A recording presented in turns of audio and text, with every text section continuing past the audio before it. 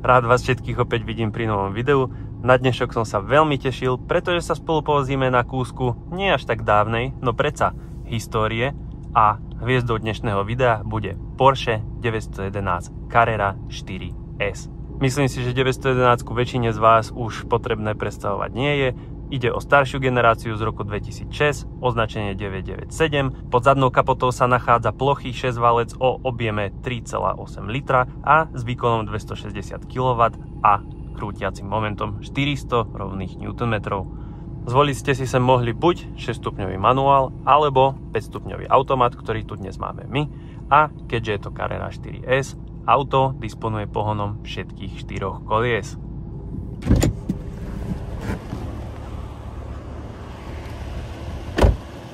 Auto je zvonku lakované v nádhernej červenej farbe. Samozrejme ikonický, nezameniteľný dizajn 911. Predné pneumatiky majú rozmer 235x35 R19, tie sú menšie, zadné sú o niečo väčšie, 305x30 R19. Carrera 4S má vzadu aj výsuvný spoiler, môžeme si ho vysunúť aj manuálne.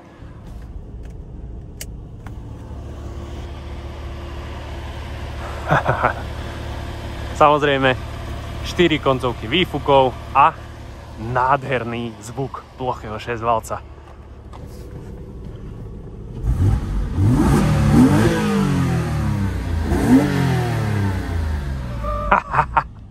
A keďže ide o staršiu 911, samozrejme si motor môžeme aj ukázať, na rozdiel od tých novších. Otvor na dolievanie chladiacej kvapaliny, otvor na dolievanie oleja a otvor na dolievanie hydraulického oleja do posilňovača. A bohužiaľ, nie je tu mechanická olejová mierka, ale elektronická. Auto vás ale na hladinu oleja vždy upozorní pred tým, ako ho naštartujete.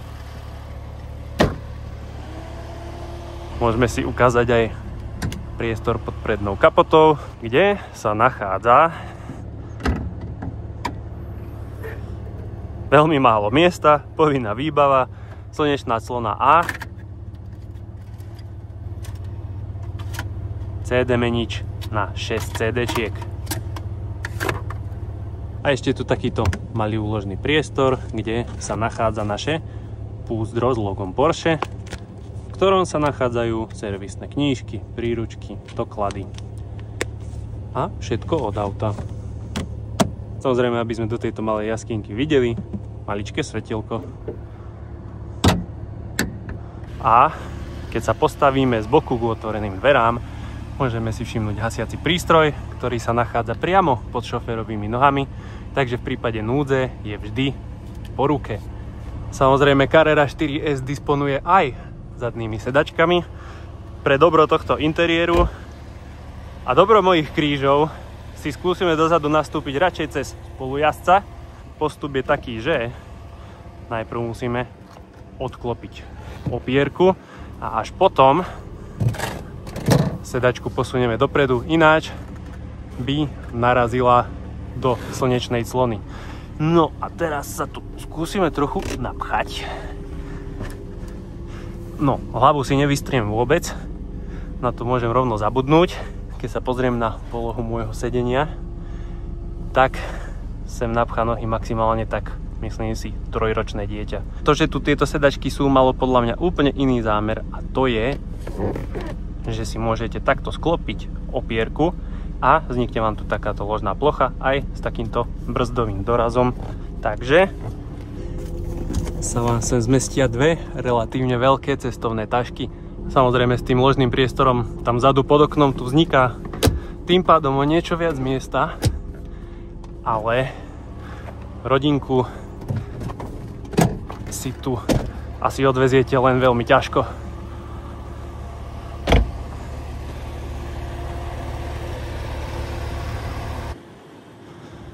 Nádherné auto.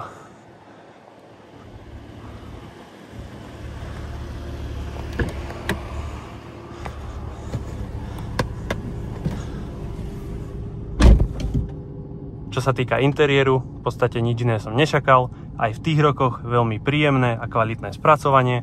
Väčšina interiéru je potiahnutá buď v mäkčených plastoch, v látke, alebo veľmi príjemnej a veľmi pekne zachovalej koži, ktorá je perforovaná. Samozrejme, stredová konzola je na dnešné štandardy už viac než zastaralá, vyzerá ako v stíhačke. Máme tu ovládanie telefónu, číselník na vytáčanie, prijímanie hovorov, rušenie hovorov. Môžeme si upravovať hlasitosť, tlačidlo SOS, zamykanie alebo odomykanie zámkov, výstražné svetelné znamenie, ďalej dole plno rôznych funkcií týkajúcich sa audia, opäť telefónu, dokonca mail, alebo teda v tomto prípade nás tlačidlo mail prehodí na možnosti SMS-kovania, rôzne informácie o jazde, navigácia, o ktorej však systém píše, že je nedostupná, vyhrievané sedadlá aj pre šoféra, aj pre spolujazdca, vyhrievanie predného okna, zadného okna, vnútorný okruh, ekorežim, samozrejme ovládanie teploty buď stiskom alebo pridržaním hore alebo dole, takisto rýchlosť ventilátoru, automatická klíma alebo potom manuálne smerovanie vzduchu na nohy, na tvár, na okno, ovládanie spoileru,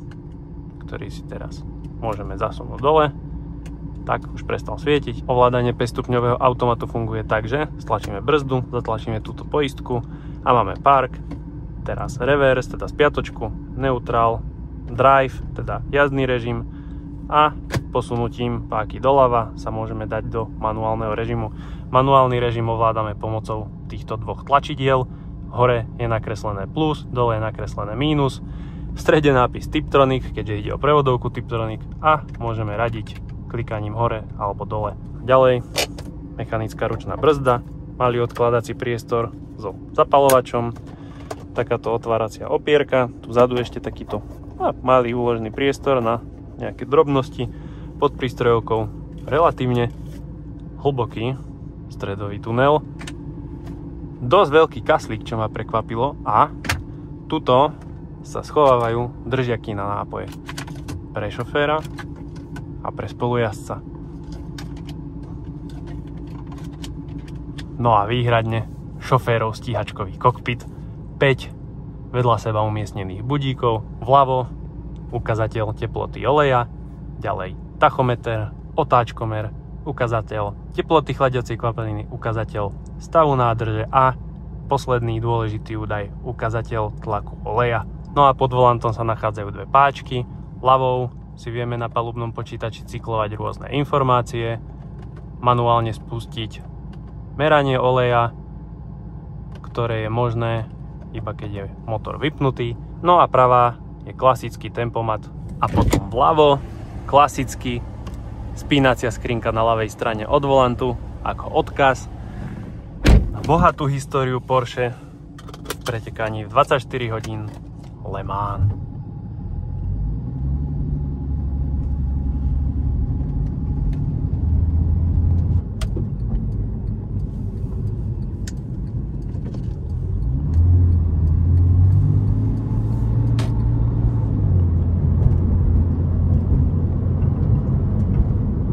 Riadenie je veľmi priame, relatívne ťažké, ale ako náhle auto vydobudne trochu vyššiu rýchlosť, tak sa trochu poľaví.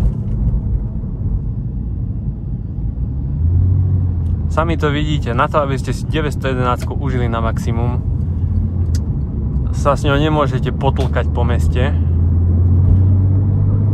ale musíte vypadnúť na okresné cesty, čo je presne kam teraz smerujeme my.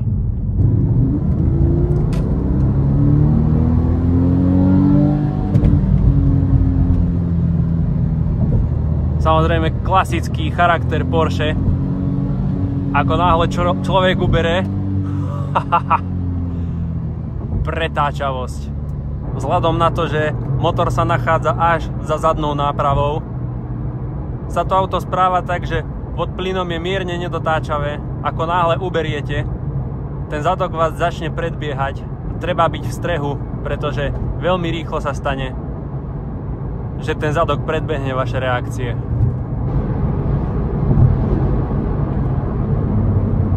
Opa.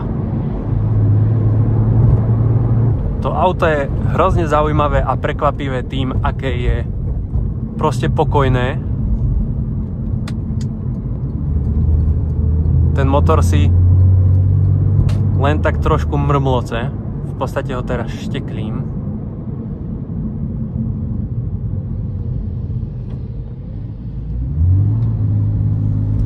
No momentom, ako mu človek stúpi na krk,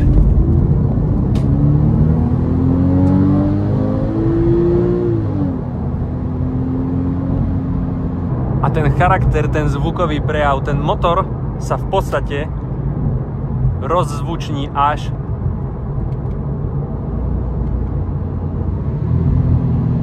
nad nejakých 4,5-5 tisíc otáčok.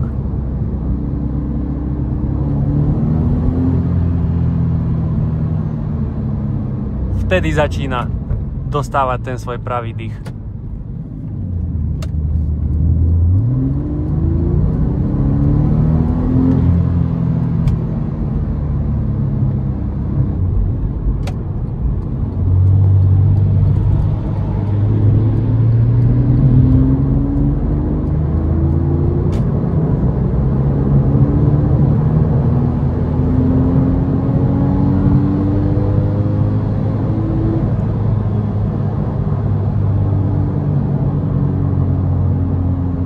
Z tohto auta je prekvapivo skvelý výhľad. Jediné, čo mi možno trochu prekáža, ale s tým asi nie je teda veľmi čo spraviť, je to, že ako je vzadu tá náprava taká široká, tak zhruba štvrtinu spätného zrkadla mi zaberajú zadné platníky.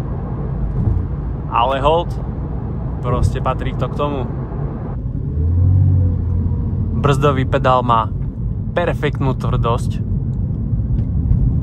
V jednej recenzii na podstatne novšie Porsche som počul také zaujímavé prirovnanie, že brzdový pedál v týchto autách je ako keby ste tlačili na blok dreva. Proste momentom, ako sa ho čo len dotknete, ten pedál je okamžite tvrdý a tie brzdy okamžite reagujú. A teraz, keď mám možnosť odskúšať si to aj na podstatne staršej 911, tak to môžem potvrdiť.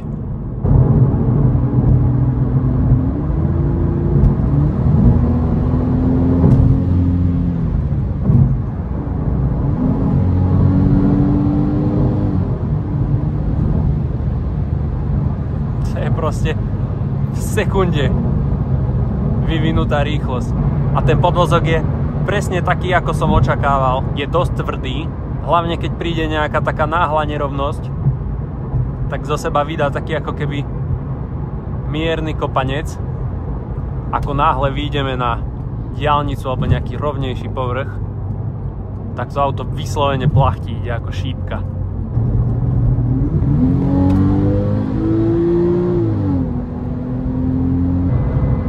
Tá prevodovka krásne využíva tú vlnu krútiaceho momentu,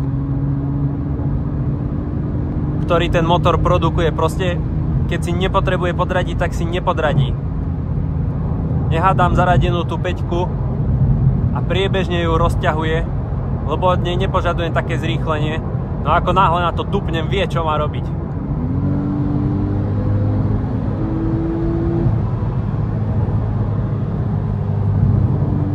A nehá tam zaradený ten nižší prevodový stupeň, ten motor reve, je v pohotovosti. Až by som povedal dlho, musel som mu manuálne zaradiť vyššiu rýchlosť, lebo zožerie aj koňa.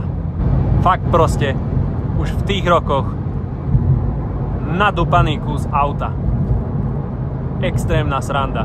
No a keď trochu skľudníme hormón, tak zrazu zistíme, že ideme 140 na tempomate v kľude, motor točí necelých 3,5 tisíc otáčok a spotreba je 12,3 litra na 100 km. 3,8 litrový plochý 6-valec. Moje 2,5 litrové Subaru žere toľko isto.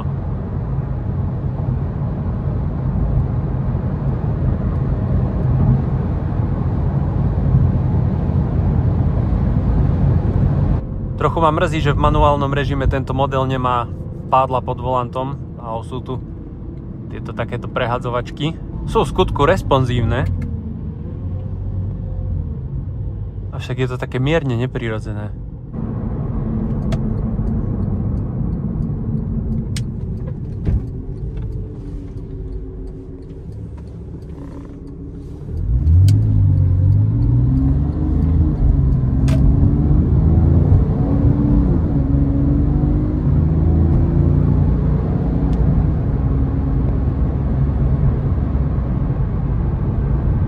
Ten podvozok nie je nejaký nepríjemný. Určite je tvrdý. Jeho primárnou úlohou je koniec koncov držať to auto prilepené k zemi, ale dá sa na ňom úplne bez problémov jazdiť. Není to žiadny lámač kostí.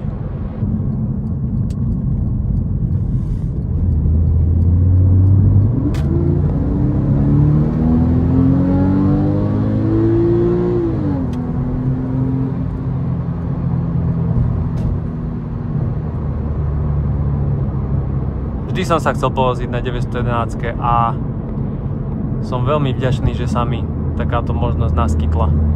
Takže priatelia, ďakujem vám veľmi pekne, že ste si opäť pozreli ďalšie video.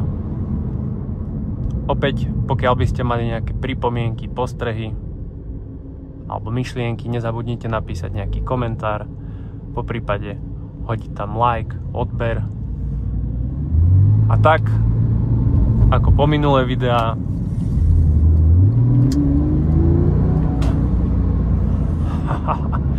uvidíme, čo sa nám podarí zohnať na budúce. Tak sa zatiaľ majte a držte sa.